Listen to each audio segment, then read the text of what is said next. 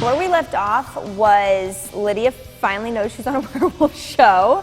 Surprise. It left off with Jackson turning into a werewolf and basically getting finally what he wants, and she's obviously accepting of it. She just wants him alive. She'll take him in any form, so clearly it was true love.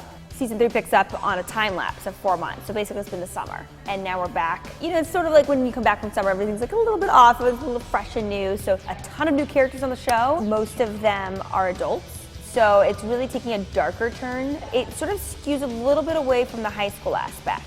I feel like Stiles and Lydia are the same person. They're two sides of the same coin, so to speak. She is the Carmen Sandiego of this season with Stiles. Their friendship really grows and become quite a tight-knit little duo. I love Dylan because it's been a lot of fun, you know, showing up and having 4 really different dynamic scenes with him. We'll be like funny in one scene, and then it's scary in one scene, and then it's potentially going in another direction of a potential love interest in one scene. And so she's in on the action this season. She's not by herself wandering in the woods somewhere crying. It's funny that some of the most serious scenes, they will say cut, and we just die laughing. We're supposed to run in to save somebody, of course, as usual, and with Stiles and I's characters this season. And he's like, let's do it really slow. I was like, totally, because the guy was like, we're gonna slow-mo this. We're like, okay, got it.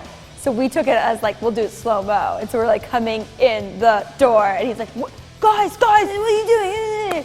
It's really funny. I'm a wannabe type A in real life. I have this idea of I just need to get there. I just need to try a little bit harder. But I fail miserably at trying hard. Clearly Lydia succeeds at being the type A. So I'd say probably that's the biggest difference, or yet similarity. Teen Wolf was interesting. I will never forget because I got this call from my agent where he goes, okay, I've got 2 characters. One's the new girl in town, the other one, and he's reading me the breakdown. It's like, off the runways of Milan with Lydia. I'm thinking, Chip, are you crazy? I was like, obviously, I'm gonna go in for the new girl. I was like, I'm not the model off, you know, the runways of Milan. So I auditioned for 3 times for Allison. And then about 3 weeks later, they said, okay, now we're ready for Lydia, come back in for her. And I thought I had to do something different because I literally was sitting in a room with a bunch of models.